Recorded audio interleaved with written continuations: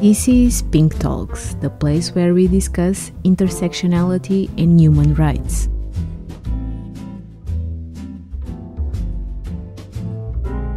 Hello and welcome to Pink Talks, the show where we discuss human rights and all things intersectional. My name is Inga and with me today is Katarina. Lately, the protests in Iran have been taking place since the 16th of September and following the killing of Mahsa Amini by the Iran morality police for not wearing her headscarf correctly. Her death has sparked not only protests in Iran, but a wave of support from women in other countries. In today's episode, we want to give a brief overview of historical developments over the past few decades to create a better understanding of what is happening today. And also, we want to talk about the role of social networks in empowering Iranian women and how feminist representation in the public sphere polarizes or not. So for this, our guest today is Niloofar Hooman. She's Iranian and is currently doing her second PhD in researching on Iran feminists and creative ways of using social media to raise awareness of human rights and also especially women's rights. So despite cultural taboos, governmental restrictions, legal discrimination, and traditional media stereotyping. Also, she's critically investigating how Iranian feminist activists mobilized on Instagram and pushed back against constraints on females by the government and tradition. So for this, welcome Niloofar. Thank you so much for joining us. And however, before we begin, maybe it would be interesting if you would share with us your relationship to Iran and how it's connected to your academic work. Hi, thank you so much for having me, and thank you so much for providing me with your platform that give me a chance to talk about Iranian women and what is happening in Iran right now. So I just want to start my talking about why I have a passion about the feminism and why I'm working on feminism in my academic works. I was born and raised in Iran in a patriarchal culture and society where women and their bodies were always regulated by the family and the state, and not just their bodies, also their minds, their thoughts, their styles of living. So through my personal experience, I knew from teenage years that women and girls were marginalized and discriminated, and something needed to be done to change that. But at that time, I didn't have any awareness of feminism and gender equality. And when I started my undergrad degree at University of Tehran, I got familiar with feminism, its roots, history, main thinkers, and their fights for women's rights and for marginalized people and bodies' rights over the history. So my passion for feminism stemmed from my personal experience that shaped who I am today and what I fight for, which is the rights of marginalized people and community, including women, ethnicities, and LGBTQ folks in Iran. Yeah, that's so interesting, your academic path towards it.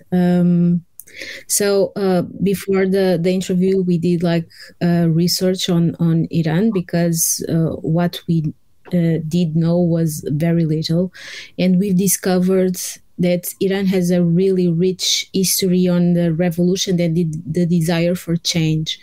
So we were really astonishing because since the beginning, from 1905, with the Constitutional Revolution and the following of the 2025 establishment of the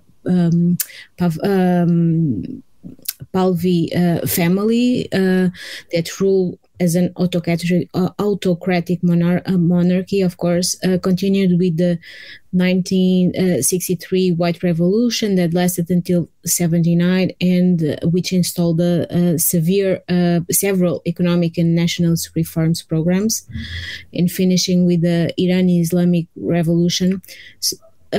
We found out that through the research that we found out that normally studies about the narrative of women during the different revolutions time periods focus on the effects of the revolution for women, but we would like to talk a little bit about the actual role of women during the different time periods. So I think that this is really, that's not so much explored in the academic field. So can you talk a little bit more about that?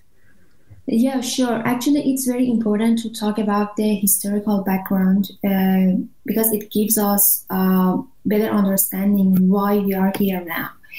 So there were many social and political changes and events over the last 100 years in Iran, but I'd like to talk about historical development by focusing on women and their rights. After falling the Qajar dynasty, Reza Shah Pahlavi in 1925 established the Pahlavi regime and attempt to modernize Iranian society. And in his modernization project, women were the most crucial factor. The state provided women with more education and employment opportunities. However, they were still subordinated in the modernization project. And the nature of Iranian feminism during the years of the first Pahlavi regime was characterized by state interference with women activities and the emergence of an official feminism promoted from above. And in this period, women were also forced to unveil and adopted the Western dress code. But in the second Pahlavi state formed by Mohammad Reza in 1941, it brought more women into the public and political discourses, and in that era, we witnessed some positive legal forms concerning women's demands. During the 1940s and 1950s, women activists again began to put forward their own gender interests, and as a result, the Iranian women's movement witnessed the activities of a number of independent feminists. However, none of these women's associations enjoyed the independence, and most of the women's associations were affiliated to specific parties or organizations. And these parties were completely male institutions, which consider women's rights and issues of secondary importance. So on that time, women were not provided with real opportunities to participate in politics and enjoy the redistribution of power in society. So what I want to say that while Mohammad Reza Shah made reforms in some aspects, he neglected to make fundamental changes in society's socio-cultural structure, and it resulted in the downfall of the regime with the 1979 revolution, in which women from different ideologies very actively participated in revolutionary action and had significant roles in the victory of the Islamic regime in 1979. And during the 1979 revolution, wailing became a symbol of resistance to the Pahlavi monarchy that ruled from 19 1925 to 1979. And for many during the revolution, the veil was a symbol of authentic national identity. And it was used to push back against the westernization and erosion of Iranian values that ignited the revolution. But after the revolution in 1979, a religious government took control over Iranian society, and Islamic jurisprudence laws applied to the civil and social codes and subsequently affected women's rights and family laws. And under the name of an Islamic ideology, the government put pressure on women and restricted their rights, legal status, and their position in society. And on that time, women's right to divorce and child custody had been limited, and the age for marriage and criminal responsibility decreased for girls. And the Islamic regime also revoked legislation of Family Protection Act of 1967 and 1973, which had allowed women to right to divorce and restricted polygamy. It also banned all contraception and family planning and encouraged people to have more than 2 children. The state also has imposed systematic segregation in school, hospitals, universities, transportation, sport, and other major areas of day-to-day life. For many decades, Iran gender apartheid had relegated women to back of the bus with a metal bar segregating them from men. In addition to this, under the government direction, universities have set limits on women's options and have banned them from many fields of study. Iran has also, after the revolution, barred female spectators from soccer and other sport stadiums since the revolution. It also forced women to have compulsory veiling, excluded them from many occupations and fields of study. And as you maybe know, the hijab law came into force on August in 1983. So as you can see, 2 quite different forms of law from opposite ideology have been used to try to control women and the covering of their hair and body in the last 100 years. The first one attempts to use hijab as a subject of legislation was in 1936 by Reza Shah, who wanted to force women to remove their hijab, their veil in public under his unveiling order.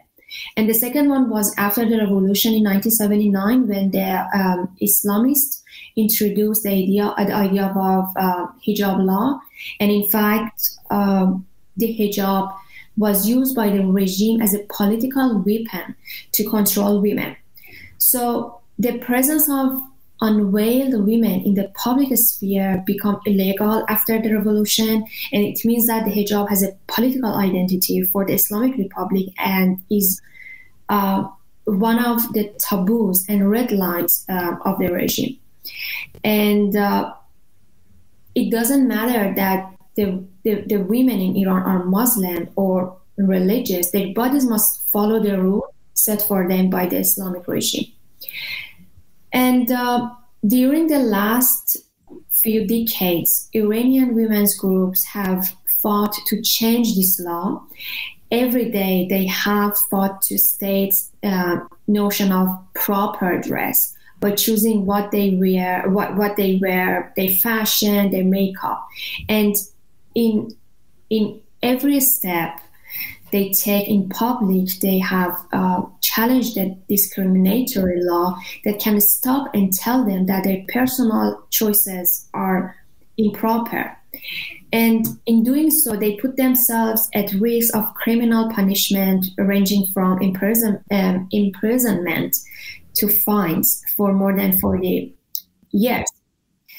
And Furthermore, the Islamic regime promotes a gender model based on that women are mostly in domestic roles and targeted of the ideology that encourage women's fertility to secure its population. And what I want to say that is control of women's body after the revolution in 1979 is not just limited to compulsory hijab or sociocultural institutions.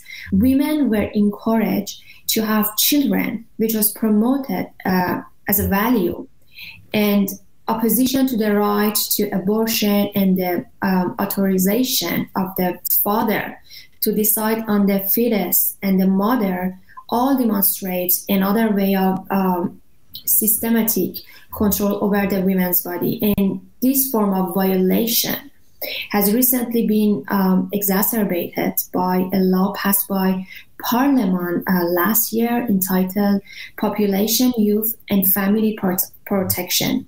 And under this law, which was passed, as I said, in the last year, screening tests and fetal abnormalities identification that were previously required for pregnant women would be eliminated, and abortions would require the permission of a judge and the court, which would allow the birth of disabled baby, and it also would endanger the mother's life.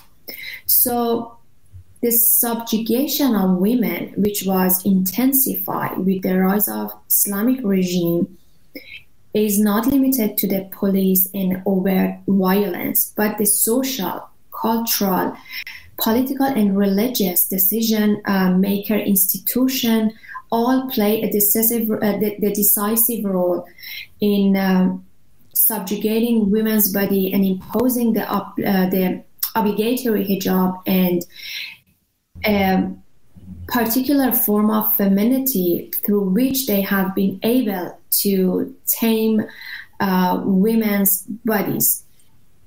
But despite those regulations, Iranian women never stopped fighting for their rights over the history.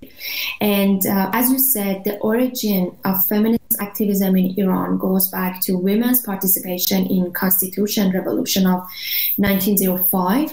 And women played a critical role and engaged in political actions by establishing women's association, joining protests, and supporting strikes. And at first, women didn't have any specific gender demands, but as time passed, they began making feminist statements such as advocating their rights in education, employment, law, health, and etc. Even over the Pahlavi regimes, Iranian women participated in social activities, criticizing the autocratic and Western-oriented modernization approach followed by the Shah, which led to the downfall of the regime. But after the 1979 revolution, as I mentioned about the status of women after that revolution, while many Iranian women who played crucial roles in the victory of the revolution, they received little support from men and other competing political groups that prioritized the regime's anti-colonial stance and believed women should tolerate injustice, at least temporarily. So that's why just 1 month after the revolution in 1979, Iranian women launched massive demonstration after hearing whispers about a hijab mandate. And although those protests were able to postpone the mandate, it was eventually instated in 1983. But as I said, Iranian women never stopped fighting. They turned their bodies into arena of resistance against the ideology and intervention of the states. and act of civil disobedience and campaign like My Stealthy Freedom, White Wednesday, the Girls of Revolution Street, and the Iranian Me Too movement were designed to sustain momentum in the fight against oppressive bodily regulation. And as I mentioned it before, in Iran, women's bodies have always been at the forefront of the political agenda, and mandatory dress code are a central feature of the regime's policy toward women after the revolution. And they function as a policing apparatus to control women's sexuality and regulate their bodies. And as I said, while women face aggression on a daily basis for not following the state's gender and sexual prescriptions, stubborn forms of female bodily presence on social media is one of the most important part of the way women are able to fight the regime's hegemonic narratives. And the long struggle for women's rights has taken more radical forms since Amini's death, and Iranian women are ideologizing their bodies with anger, as you saw on videos, in pictures, women cutting off their hair, they burning their hijab, and also they enjoy, they dance. So the female body, having been an object and symbol of a theocratic ideology, it's now emerging as the most serious threat to the legitimacy of the regime. And I think the protests against the mandatory hijab law have expanded and targeted the very foundation of the regime and its ideological taboos. And by linking the protest to broader discussion of gender, ethnic, social, economic, environmental disasters, I think protesters have elevated it into a protest against the Islamic regime itself. Yeah, actually, thank you for your answer, because you actually answered not only the first answer, but the second answer that we had, that how did women's rights change within the different historical periods. It's really interesting how women's bodies are this political arena that we fight. So, you had like another question that was really interesting. Do you want to make? I'm not sure if you mean the same as me, because you also talked about what changed now. So I guess it might be that, in fact, we are talking about the theocratic government. One important question is also why the government and also some of the male society is so afraid that women are gaining autonomy about their own lives and their own body. So because they are choosing about their lives and body as well. So why it's so threatening for the government? So I think empower women is not what the government in a restrictive context wants to have in society, because in a patriarchal culture, in a society that restricted women, if women be empowered, if women have control over their bodies, their rights, their thoughts, the male power cannot work.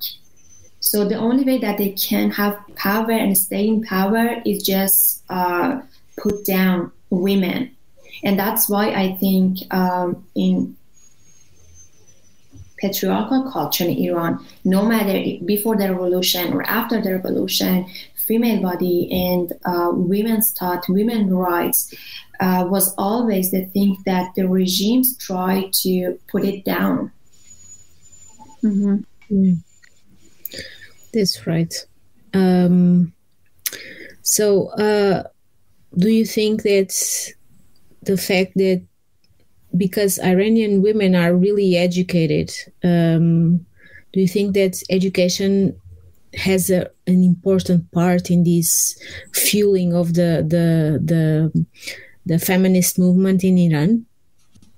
Yeah, actually, it's a really great question. I did a research on the women's status development in Iran I think in 2018, and the purpose of that research was to study the trend of women's status development in Iranian society with reference to the research done in the field of women's studies in Iran.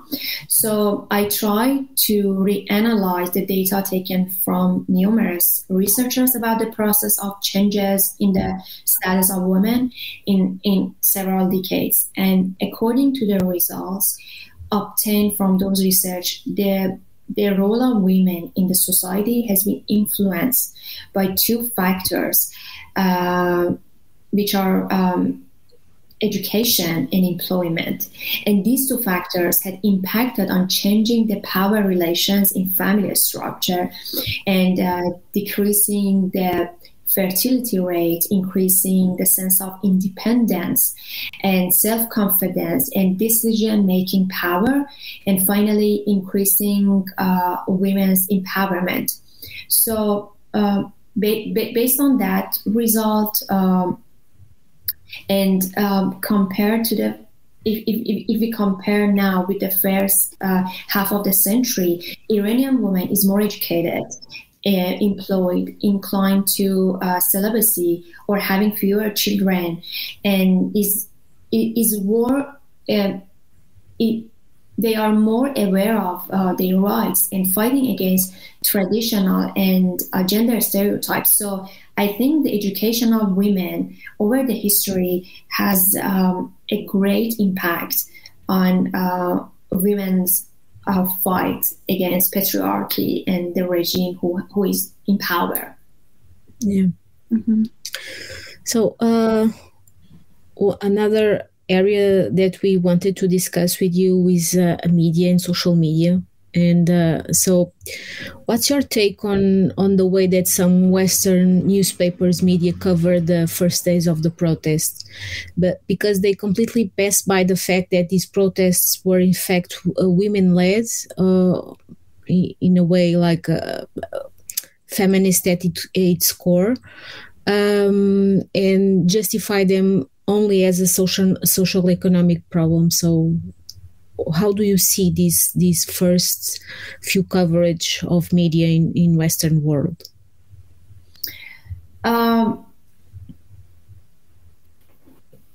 You know what? It was very sad because what happened in September 2022.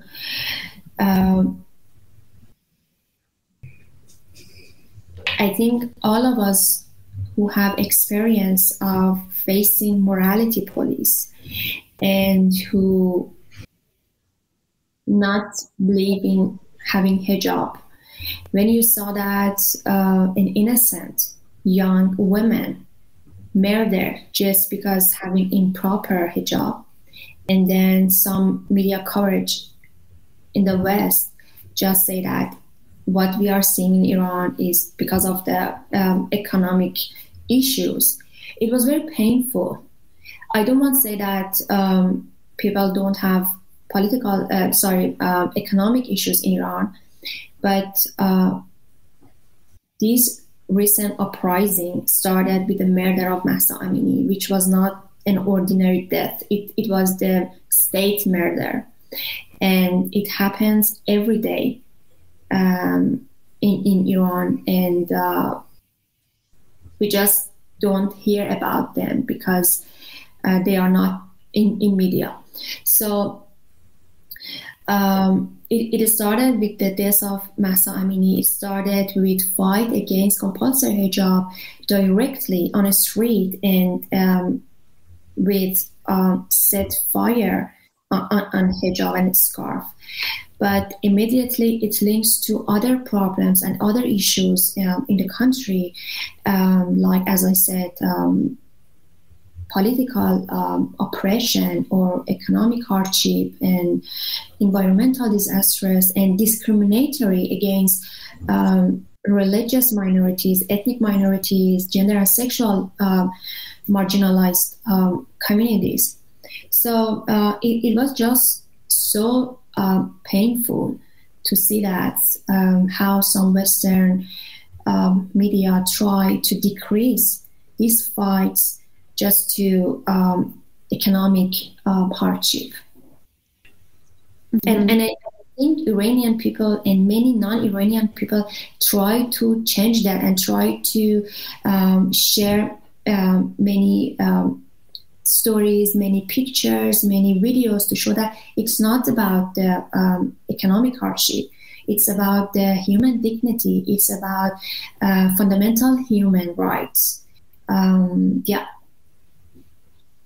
It's funny because I watched a show. It's a kind of a political German show, and they start to giving QR codes where you can offer your internet to people in Iran so they can share information to the outside and through social media accounts. It's just, I was really surprised, but it's like it was a show from the end of December. So I think since then, until then, it was quite difficult to get also to talk about fake news or which is really happening and which is not.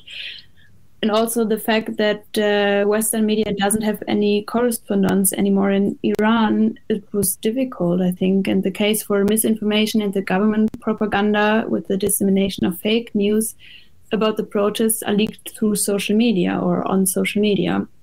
So can you maybe tell us about the consequences of these misinformations for the progress of the protests and the revolution? I think it doesn't have any effect on Iranian people who are fight on the street. And honestly, we receive many support from non-Iranian people and in solidarity with Iranian inside of Iran. And I think Iranian people, they always know what they want and what they fight for. But this time, they don't want to reform. They don't want to talk with the regime. They just want them gone. So no matter how much disinformation are shared or on social media or Western news channels, I think Iranian people, they are just depend on themselves in this fight. And the way this information try to put them down, it doesn't have any effect on them because they are not just waiting for the Western government to come to Iran or attack Iran and save them. So that's why I think, from my point of view, this disinformation, this media coverage, which are not true, they don't have any effect on what Iranian people are fighting for. Yeah. So, but social media, it's a different subject from this because at least for the last 10 years, social media has become actually an important part of different revolutions and protests around the world. So one thing that we want to know from you is what's the importance of social media for the Iranian women in this fight against oppression? Mm-hmm. Thank you for asking this question. My PhD dissertation in Iran focus on social media, mainly Instagram and Telegram, on women empowerment. And I conducted a survey, and also I did interview with 14 scholars who were expert in communication studies and women's studies field. And my research findings from the interview with the expert indicated that social media, which carries some intrinsic capabilities such as networking and exchange of information, bring about some significant results for women empowerment. For example, it can increase chances for self-employment or promote audacity in their self-statement. It can increase sharing of knowledge and skills or increase gender self-consciousness. And in addition, because of their ease of access and potential capacities, I think social media prepares the ground for women to engage more in society and express themselves, take agency, and have a voice, freedom of mobility without the limitation of physical space. And another important point here is in restrictive contexts like Iran, many marginalized groups such as women, immigrants, or even gender and sexual minorities groups have been excluded from the public sphere, media resources, or other spaces to participate. And in those cases, social media is an alternative space for marginalized voices, for producing knowledge and communicating their lived realities outside of the dominant frameworks. For example, despite the repressive nature of Iranian society, Iranian women turn to social media as a connected avenue of resistance to feminist dialogues and seek their rights and expand their sphere of power.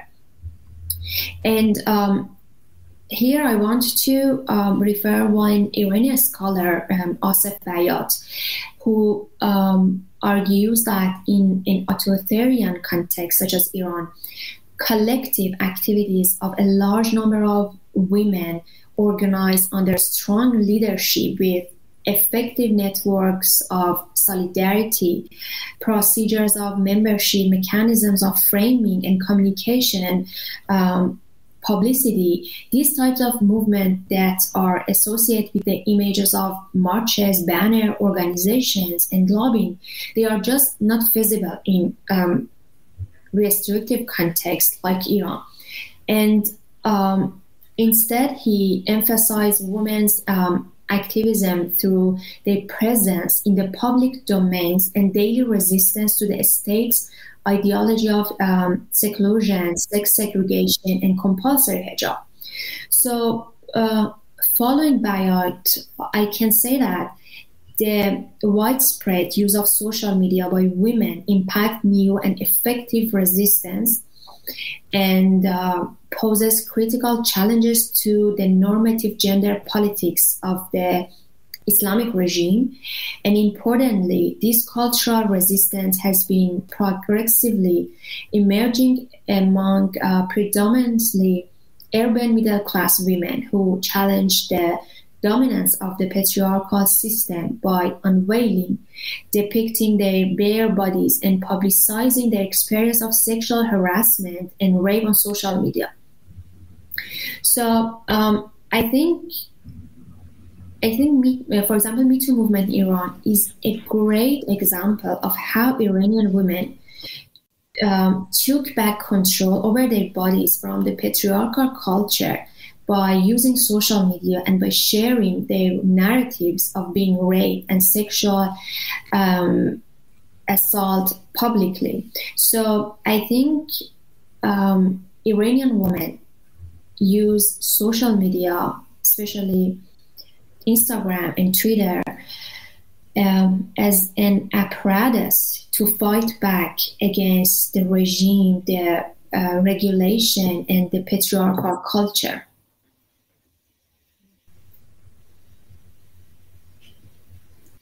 I hope I could answer your question.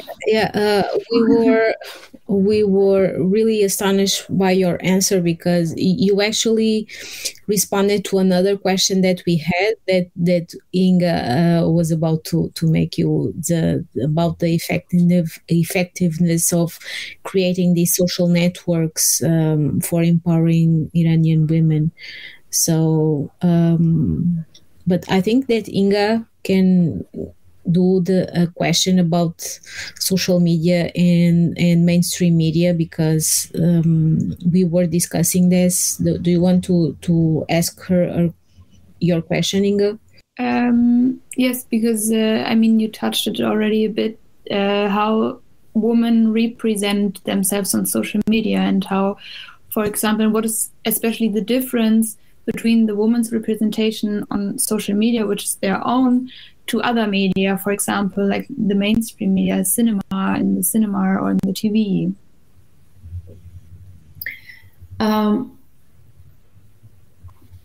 So in mainstream media like TV, women are most represented in domestic roles, as a mother, as a sister, as a housekeeper, and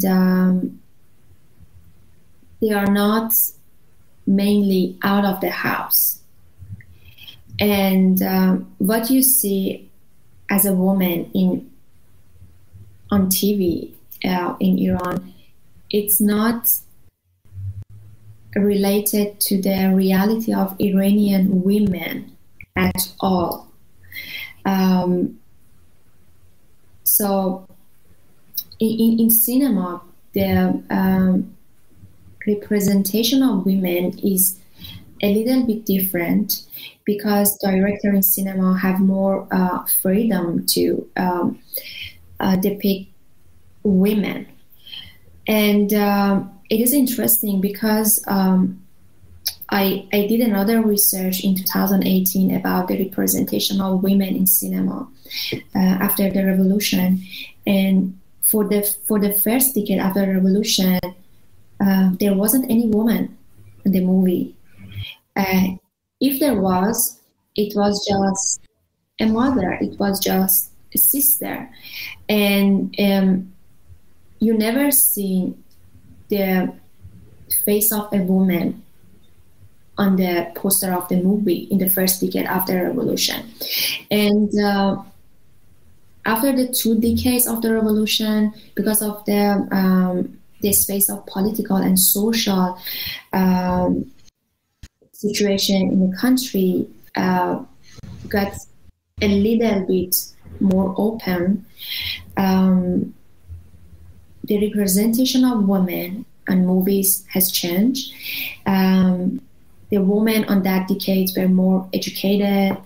You can saw that outside of the house they drive, and they know how to work with computer. And the 3rd decade after that, after the revolution, you saw women who were more empowered. They have less children, or they don't have any children, and some of them were divorced. So before that decade, it was a taboo that a woman be just got divorced. But on that decade, you can see that women have more freedom, or the representation of women in cinema has similarities with the reality of their life out of the screen. But even on that decade or after that we can see women are more empowered, but they are still the problem and the issues for the family. They are the reason that why the structure of family is not working right. The reason was the woman. The reason was the woman who wants to work out of the house, who wants to have job, who wants to make money. And you can see that how having an empower women in a patriarchal culture and context fight to each other. And this culture cannot tolerate that woman who is a successful woman. If this is successful, that's why the structure of family just ruined. Mm-hmm. So what I'm gonna say that what we see in mainstream media in Iran have no any connection to the reality of their lives out of the mainstream media. Yeah, that's really, really interesting. Mm-hmm. That study has to be really, really interesting to read. So tell me something. In December, the UN basically removed Iran from the Commission on the Status of Women. What consequences do you think that this is going to have? I think it was a victory for all Iranian people who always wanted to remove their regime from that commission. And no matter what is the result for the regime, or I think the thing that made Iranian people happy after that event was that they showed they have power over the regime, and no matter they arrested, they put in jail people or hanged people. If people in Iran united together, they can fight strongly against the regime and make some changes internationally. And I think it was a very loud message to the regime. Yeah. So we are arriving at the end of our conversation, but I really want to ask you if you want to say something that we didn't ask that you think that is really important for us to know, or a message. So